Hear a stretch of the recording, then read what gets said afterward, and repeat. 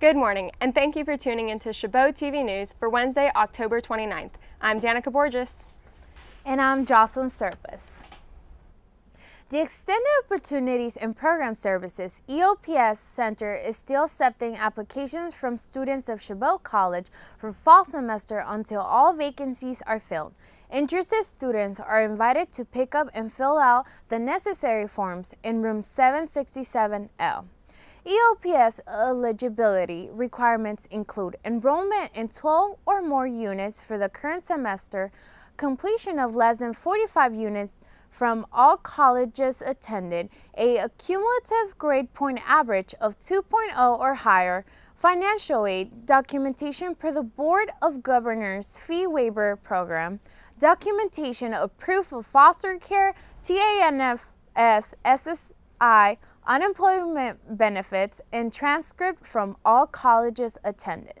Students enroll with EOPS benefit from UC and CSU fee waivers, possible child care and education grants, personal counseling, and more. For more information, students can make telephone inquiries at 510-723-6909.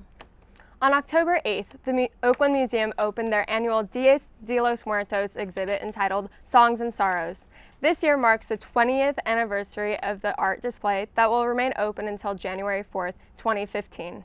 The exhibit features artwork of pre-Hispanic origins and celebrates the Dia de los Muertos, or Day of the Dead, holiday that occurs beginning October 31st through November 2nd. In honor of loved ones who have passed on, the living make altars in their homes and decorate them with family photos, food, paper flowers, and objects. People also traditionally visit graves and leave marigolds and candles. The works of Bay Area artists Jesse Hernandez and Carmen Lomos Garza were the focal points on display.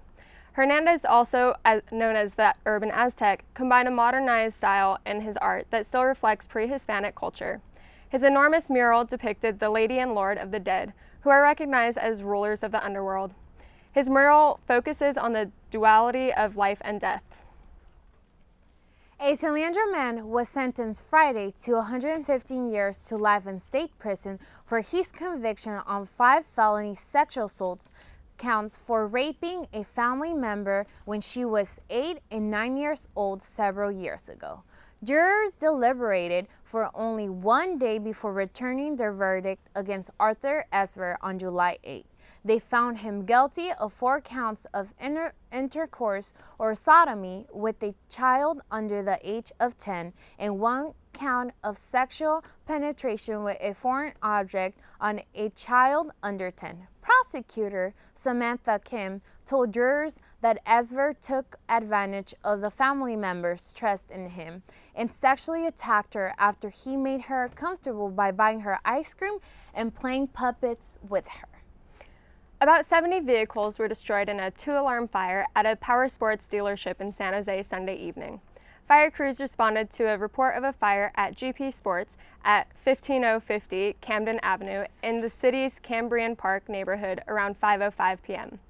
The blaze at the power sports dealership was under control about an hour later. Firefighters were able to save nearly a dozen vehicles. No injuries were reported. There were 50 firefighters who assisted in battling the blaze. The cause of the fire is under investigation. We'll be back after this short break. Stay tuned for more Chabot TV News.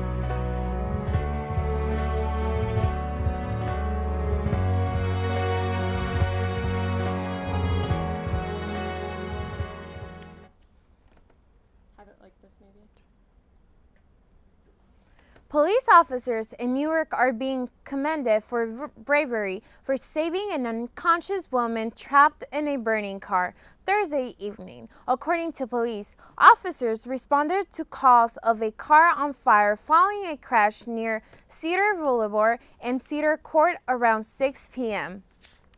Thursday. The car slammed into a tree and the driver was trapped inside. The first officer who arrived at the scene tried to get the woman out of the burning car, but was unable because she was wedged inside the car. A second officer attempted to put the fire out with an extinguisher, but reignited. When a third officer arrived, they were able to cut the driver's seatbelt and pull her from the burning car.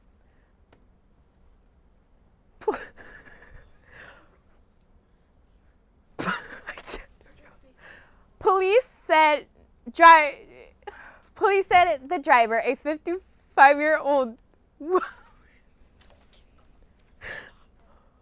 from Union City, is being treated at the local hospital with non-life-threatening injuries.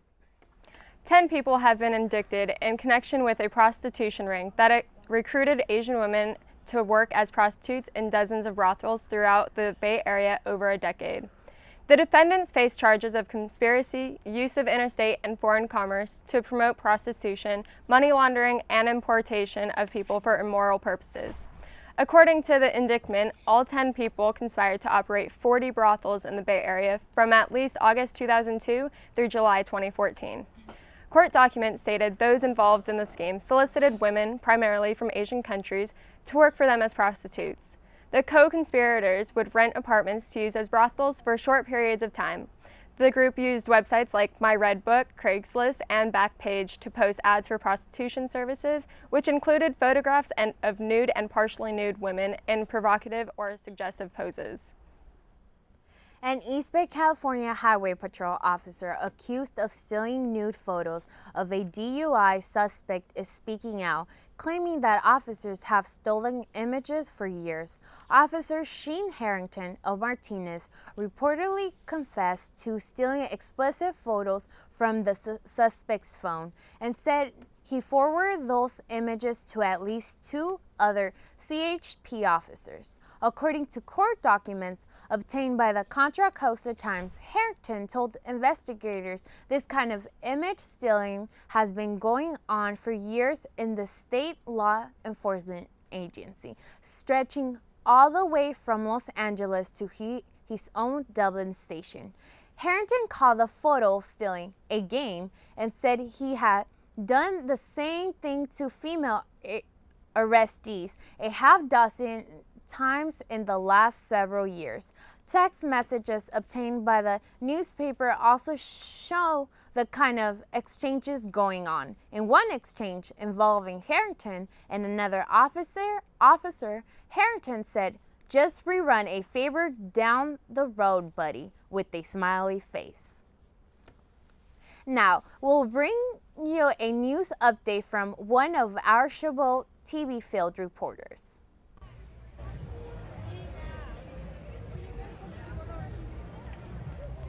This is Michelle Thompson. We are here in San Francisco for Pier 39's 35th anniversary. Tonight we will be enjoying lots of fun food, some festivities, great music from 99.7's DJ. Also, we will be attending the fireworks show at 8:30 p.m. tonight.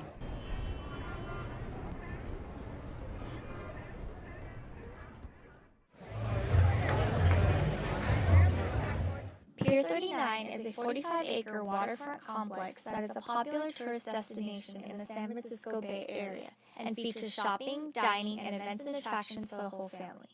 It is known for its spectacular views of the San Francisco Bay Area, such as of the Golden Gate Bridge, Bay Bridge, Alcatraz, and the California Sea Lions. This October marks the 35th anniversary of the running of the pier and will be celebrated with fireworks, free neon face painting, and music played by DJ LP of Radio's 99.7 Now, every Saturday night of this month.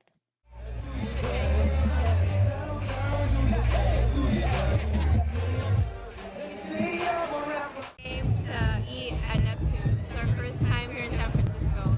We've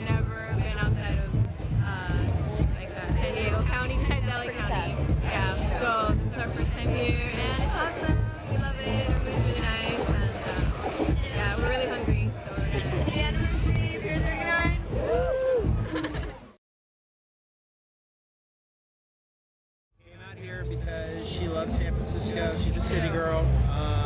I'm an East Bay guy, so she drags me out from time to time to, get cultivated and so on and so forth. So good food, lots of people, lots of things to see, right? Get our pictures drawn or whatever. For the first time. Happy 35th anniversary, Pier 39. Yay! This is Michelle Thompson for Chabot College News reporting from Pier 39. Hello, I'm Alexander Conover, here for the update on your world of sports. On Saturday, October 18th, the Chabot Gladiators defeated the San Joaquin Delta Mustangs 53-29. The victory improved Chabot's record to 3 wins and 3 losses on the year with 4 games left to play. Though the Gladiators were behind early, being 14-13 at the end of the first quarter of play from Saturday's game, they were able to fight back and dominate the rest of the way. From the span of the second quarter to the fourth, Chabot scored 33 unanswered points to give them a commanding 46-14 lead. Saturday's game marked the 4th game in a row in which Chabot scored 40 more points, and it was also the first time Chabot gained over 600 yards, and the offense this season as they had 630 yards. Sparkling defense, a stingy bullpen, and just enough timely hitting. That same winning formula of fundamental baseball put the Kansas City Royals on top in the World Series.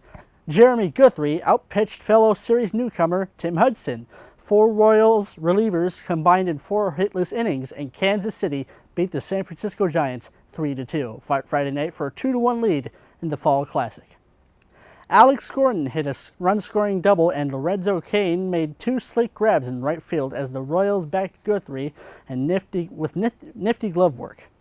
All night long, Kansas City looked perfectly comfortable playing in the tricky territory at an unfamiliar AT&T Park. Matt Schaub's first pass as a Raider was surely one that neither he or General Manager Reggie McKenzie ever imagined when the Raiders gave Schaub $8 million in March to be their starting quarterback. Schaub threw an interception and on a fake field goal attempt on the game's opening drive. He was the holder on the 4th and 12th play at the Browns 39, but before the snap, he dropped into punt formation and kicked Sebastian Janikowski lined up outside. Schaub bobbled a low snap, recovered, and chucked a deep pass that sailed over tight end Michael Rivera's head and into the hands of Cleveland's Tashawn Gibson at the 17. Thank you for turning into Chabot News. Stay classy, Chabot.